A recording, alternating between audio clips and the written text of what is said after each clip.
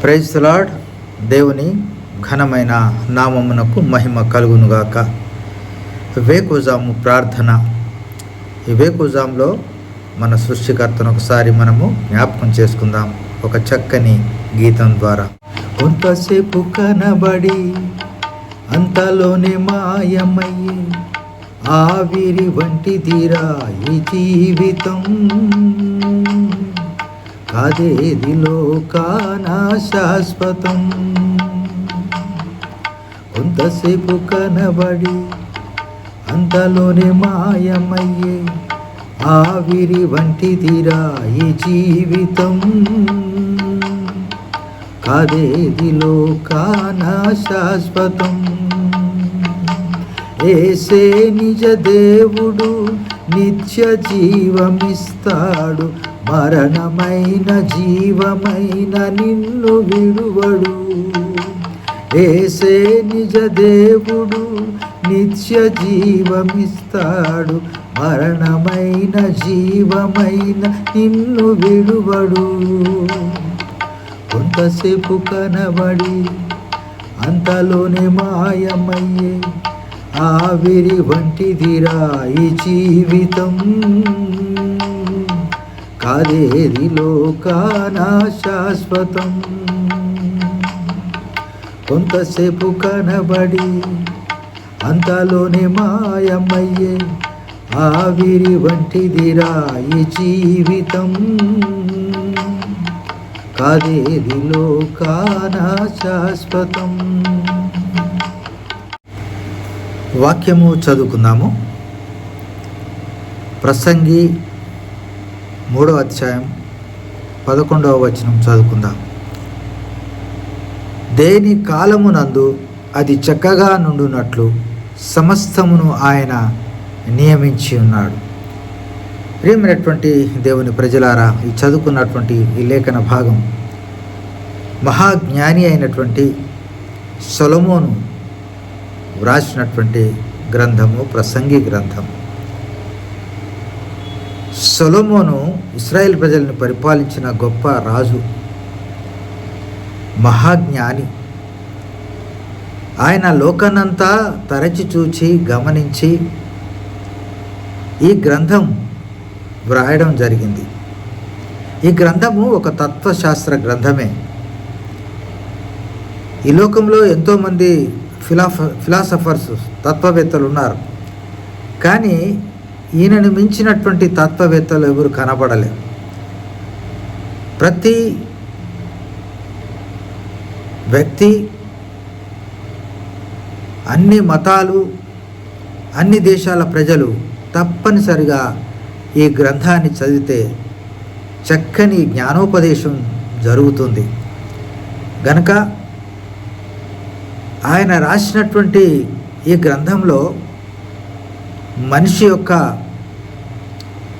జననము, మరణము, మనిషి యొక్క తత్వము, మనిషి జ్ఞానము, మనిషి యొక్క శ్రమ, మనుషుల యొక్క ప్రయాసము, వాటి యొక్క ఫలితము, వీటన్నిటిని క్రోడీకరించి ఒక ఫైనల్ డెసిషన్కి వచ్చి చెప్పినటువంటి మాట మనం జ్ఞాపకం చేసుకుంటే 12వ అధ్యాయము 13వ వచనంలో, దేవుని యందు భయభక్తులు కలిగి ఉండి ఆయన కట్టడలను అనుసరించి నడుచుకొనవలెను, మానవ కోటికి ఇదియే విధి అంటాడు. ఆయన 1వ అధ్యాయం నుంచి 12వ అధ్యాయం వరకు ప్రతిదీ వ్యర్థమే వ్యర్థమే వ్యర్థమే అని రాస్తూ వచ్చాడు. కానీ ఆయన మహాజ్ఞాని అనే మాటని ఒకసారి మనం జ్ఞాపకం చేసుకుంటే 1వ అధ్యాయము 7వ వచనంలో అంటాడు, నదులన్నీ సముద్రములో పడును, అయితే సముద్రము నిండుట లేదు. నదులు ఎక్కడి నుంచి పారి వచ్చునో అక్కడికే అవి ఎప్పుడునూ మరలిపోవును అంటాడు. ఎంత జ్ఞానం ఇది! దేవుని సృష్టిలో మనం చూస్తూ ఉన్నాము. సృష్టి అంతా కూడా దేవుని క్రమాన్ని పాటిస్తూ ఉన్నాయి. సూర్యుడు, చంద్రుడు, భూమి, సమస్త చరచర జీవులన్నీ కూడా దేవుడు ఏది చెప్తే అది చేస్తూ వచ్చినాయి.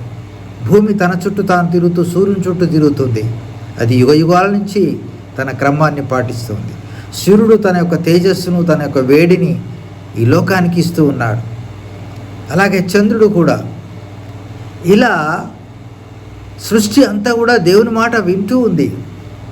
మనిషి మాత్రమే దేవుని మాట వినట్లేదు అని ఈ గ్రంథం యొక్క మూల భావం. కనుకనే మనం పడే ప్రయాసం అంతా కూడా వ్యర్థమే అని, మీరు చేయవలసింది ఒకటే ఉన్నదని, అది దేవుని యందలి భయభక్తులు కలిగి ఉండాలి అనేటువంటి మాట చెప్పడానికే 1 అధ్యాయం నుంచి 12 అధ్యాయం వరకు ఆయన ఎంతో విలువైనటువంటి జ్ఞానాన్ని, విజ్ఞానాన్ని, తత్వశాస్త్రాన్ని ప్రబోధిస్తూ వచ్చాడు. ఇప్పుడు మనం చదువుకున్నటువంటి ఒక వచనంలో అంటాడు, నదులన్నీ సముద్రంలో కరుస్తున్నాయి కానీ సముద్రం నిండట్లేదు. చాలా గొప్ప మెజర్మెంట్ అది. అలాగే తిరిగి నదులన్నీ మళ్ళీ ఎక్కడి నుంచి వచ్చాయో అక్కడికి వెళ్ళిపోతున్నాయి అంటాడు. ఎంత ఇది ఈ రోజుల్లో సైన్స్ ద్వారా మనకు తెలిసిన అంశం ఏమిటంటే, సూర్యుని యొక్క వేడి చేత సముద్రంలో నీరంతా ఆవిరై మేఘరూపము దాల్చి గాలి ద్వారా అవి వేరే ప్రదేశాన్ని తీసుకొని పోబడి అక్కడి నుంచి వర్షం కురిస్తే వర్షము నీరుగా మారి ఆ నీరంతా కూడా నదులుగా ప్రవహించి తిరిగి ప్రయాణమై సముద్రంలో కలుస్తున్నటువంటి విషయం మనకి ఇప్పుడు అర్థమైంది. కానీ ఆనాడే సొలొమోను మహారాజు ఈ నదుల యొక్క రాకడ పోకడ అర్థం చేసుకున్నంటే ఆయనకు దేవుడు ఎంత జ్ఞానాన్ని ఇచ్చాడు. ఇక్కడ మనం 11వ వచనంలో చూస్తే 3:11 అంటాడు, ఆయన శాశ్వతకాల జ్ఞానమును నరుల హృదయమందుంచి ఉన్నాడు కానీ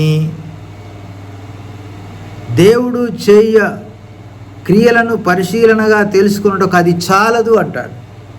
దేవుడు మనిషికి మహాజ్ఞానం ఇచ్చాడంట, కానీ దేవుని సృష్టిని, దేవుని యొక్క పరిజ్ఞానాన్ని, దేవుని యొక్క ఆయన ఆలోచనల్ని అర్థం చేసుకునే జ్ఞానం కాదంటాడు, సరిపోదు అంటున్నాడు. కాబట్టి మనిషి ఈ రోజుల్లో తనకున్నటువంటి చిన్న జ్ఞానాన్ని బట్టి దేవుడు ఎక్కడున్నాడు అంటాడు. దేవుడు లేడను వాడు బుద్ధిహీనుడని వ్రాయబడి ఉన్నది. కాబట్టి దేవుని యొక్క జ్ఞానానికి, మనుషుల జ్ఞానానికి, ఆకాశానికి భూమికి ఉన్నంత తేడా అంతకంటే ఎక్కువనే. కాబట్టి దేవుడు మన సృష్టికర్త.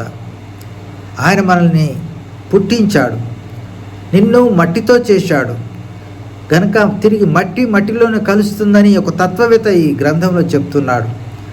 పశువులన్నీ, జీవరాశులన్నీ కూడా మట్టిలో నుంచి వచ్చాయంట, మట్టిలోనే కలుస్తున్నాయంట. కానీ ప్రత్యేకంగా మనిషి శరీరంలో దేవుడు ఆత్మ పెట్టాడు కనుక ఆత్మ ఎక్కడి నుంచి వచ్చిందో అక్కడికి వెళ్తుందని జ్ఞాని అయిన సొలొమోను చెప్తూ ఉన్నాడు. చూడండి 12:7 మన్నైనది వెనుకటి వలనే మరలా భూమికి చేరును, ఆత్మ దాన్ని దయచేసిన దేవుని యొద్దకు మరలా పోవునంటాడు. ఎంత జ్ఞాని అండి, ఎంత తెలివి అండి సొలొమోనుది. మనిషి పుట్టుక, మనిషి గిట్టుట, మనిషి ఎక్కడి నుంచి వచ్చాడు, మనిషి ఎక్కడికి వెళ్తున్నాడు, ఈ జ్ఞానం తెలుసుకున్నాడు. కనుకనే ఆయన చెప్పినటువంటి మాట ఏంటంటే, మనుషులందరికీ ఒకటే ఒక విధి ఏమిటంటే, సృష్టి అంతటికి దేవుడు పెట్టిన విధిని పాటిస్తున్నాడు. మనుషులు కూడా ఏం పాటించాలంటే, యెహోవా యందు భయభక్తులు కలిగి ఉండి ఆయన కట్టలని నడుచుకోవడమే విధి అంటాడు. కనుక మనం గమనించినట్లయితే 12వ అధ్యాయం 2వ వచనం చివరి భాగంలో అంటాడు, నీ బాల్య దినముల యందే నీ సృష్టికర్తను స్మరణకు తెచ్చుకో అంటాడు. ప్రియమైనటువంటి దేవుని ప్రజలారా, మనకెంత జ్ఞానం ఉన్నా, మనకెంత పట్టాలున్నా, మనకెంత ఆస్తిపాస్తులున్నా, మనం ఎంత వైద్యశాస్త్రం తెలిసి ఉన్నా, మానవ శాస్త్రం అంతా, మానవ శరీరంలోని భాగాల యొక్క పని అంతా కూడా తెలిసి ఉన్నా, మన చేతిలో ఏమీ లేదు. మన జ్ఞానానికి మించిన జ్ఞానం దేవుని దగ్గర ఉన్నది. కనుక మనం చేయవలసింది ఒకటే, మన సృష్టికర్తను ఎప్పుడు మనం జ్ఞాపకం చేసుకోవాలి, ఆయన యందు భయభక్తులు కలిగి ఈ లోకంలో జీవించాలి. రండి ప్రార్థన చేసుకుందాం. ప్రేమ కలిగిన మా ప్రియ పరలోకపు తండ్రి, సొలొమోను మహారాజు ద్వారా ఒక గొప్ప తత్వాన్ని మాకు బోధపరిచినందుకు వందనాలు. మేము మా పుట్టుక, మా గిట్టుట తండ్రి నీవు మాకు విశదీకరించినందుకై వందనాలు. ఈ లోకంలో మేము జరిగించు ప్రతి క్రియ కూడా వ్యర్థమే, కేవలం ఒకటే ఒకటి గొప్పది, అది కేవలం నీ అందరి భయభక్తులు కలిగి ఈ లోకంలో నీ కట్టడలను అనుసరించి నడుచుకోవడమే. కనుక ప్రభువా, మేము మా సృష్టికర్తను నిత్యం స్మరించుకునేటువంటి భాగ్యం మాకు దయచేస్తున్నందుకు వందనములు, స్తోత్రములు చెల్లిస్తూ యేసయ్య అతి శ్రేష్టమైన నామమున స్తుతించి ప్రార్థించి అడిగి వేడుకొంచున్నాం తండ్రి. ఆమేన్.